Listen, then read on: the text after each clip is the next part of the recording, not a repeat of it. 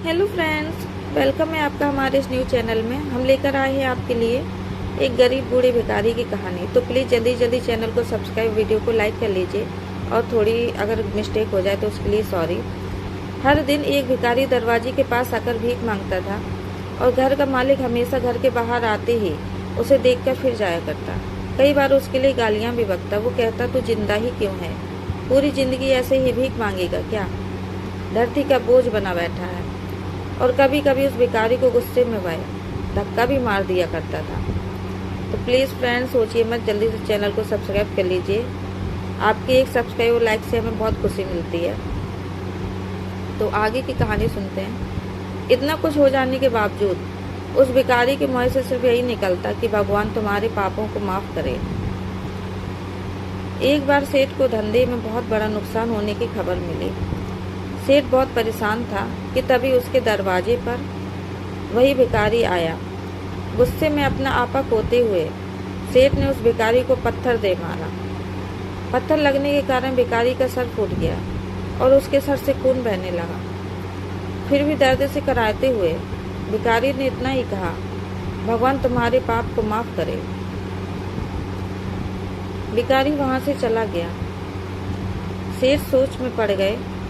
भिखारी को पत्थर मारा, फिर भी उसने सिर्फ प्रार्थना की। सेठ का गुस्सा शांत हुआ। सेठ का मन शांत हुआ भिखारी का रहस्य जानने के लिए। सेठ ने भिखारी का पीछा करना शुरू कर दिया।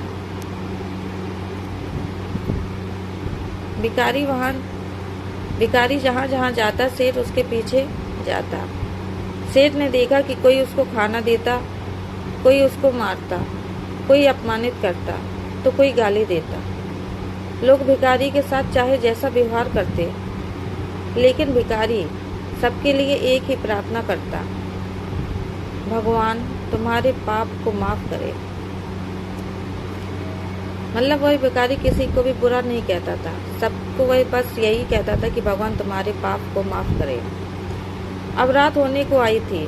भिखारी अपने घर जाने के लिए लौटा। वो अपने घर पहुंच गया, लेकिन सेठ अब भी उसका पीछा कर ही रहा था। एक पुरानी टूटी हुई खटिया पर एक बूढ़ी औरत लेटी हुई थी। काफी कमजोर और बीमार लग रही थी। वह भिखारी की पत्नी थी। अपने पति को वापस आता देख वह खाट से उठ खड़ी हुई।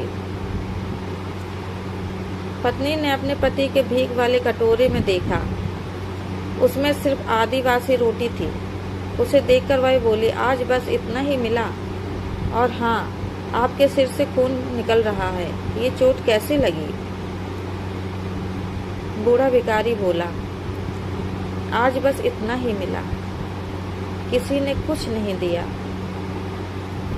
सबने गालियां दी और एक ने तो पत्थर भी फेंका, इसलिए मेरा सर फट गया। एक गहरी ठंडी सांस लेकर बूढ़ा भिखारी फिर से बोला, यह मेरे ही पापों का फल है। तुम्हें याद है कुछ सालों पहले हम कितने अमीर थे? क्या कुछ नहीं था हमारे पास हर चीज़ ज़रूरत से ज़्यादा थी, लेकिन हमने कभी दान नहीं किया। और उससे भी बुरा हमने उस अंधे भिखारी के साथ किया जो हमारे द्वार पर भीख मांगने आया करता था। बूढ़ी पत्नी की आंखों में आंसू आ गए। वह बोली, हाँ, हम उस बेचारे अंधे के साथ बहुत बुरा करते थे, उसका अपमान करते थे, उसे खाने के लिए रोटी की जगह कागज दिया करते थे, उसका मजाक उड़ाया करते थे और कभी कभी तो मारा भी करते थे। मैंने कभी उसको रास्ता नहीं दिखाया। एक बार मैंने उसके मुंह पर मिट्टी भी फेंकी थी और वह हमेशा दुखी होकर यही कहता कि भगवान तुम्हें तुम्हारे किए की सज़ा अवश्य देगा, भगवान तुम्हें तुम्हारे पापों की सज़ा जरूर देगा।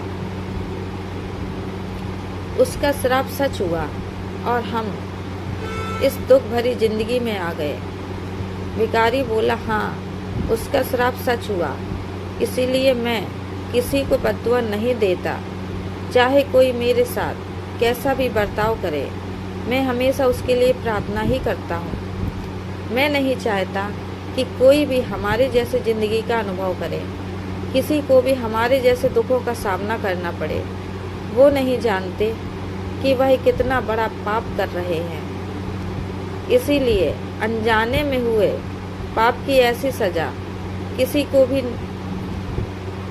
को भी मिले मैं नहीं चाहता।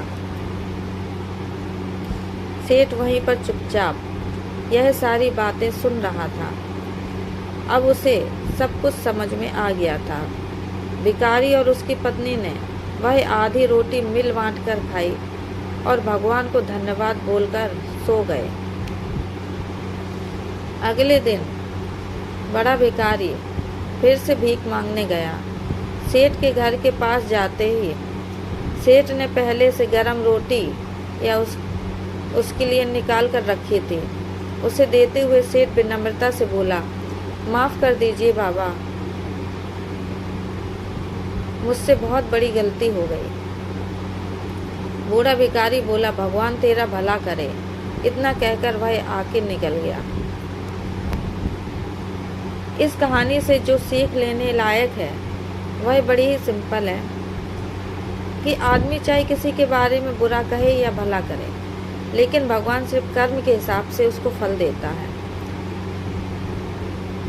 क्या हुआ अगर भगवान दिखता नहीं है, लेकिन यह बात बिल्कुल सच है कि उसके खाते में सच का हिसाब बहुत बहुत पक्का होता है। इसलिए जब किसी के लिए कुछ भी करो तो अच्छा ही करो, क्योंकि अच्छे के साथ हमेशा अच्छा होता है। तो फ्रेंड्स, आपको अगर ये स्टोरी पसंद आई हो तो प्लीज़ चैनल को सब्सक्राइब ज़रूर करना। हमारा ये न्यू चैनल है और प्लीज़ हमें आप सबके सपोर्ट की बहुत ज़रूरत है। Thank you so much friends.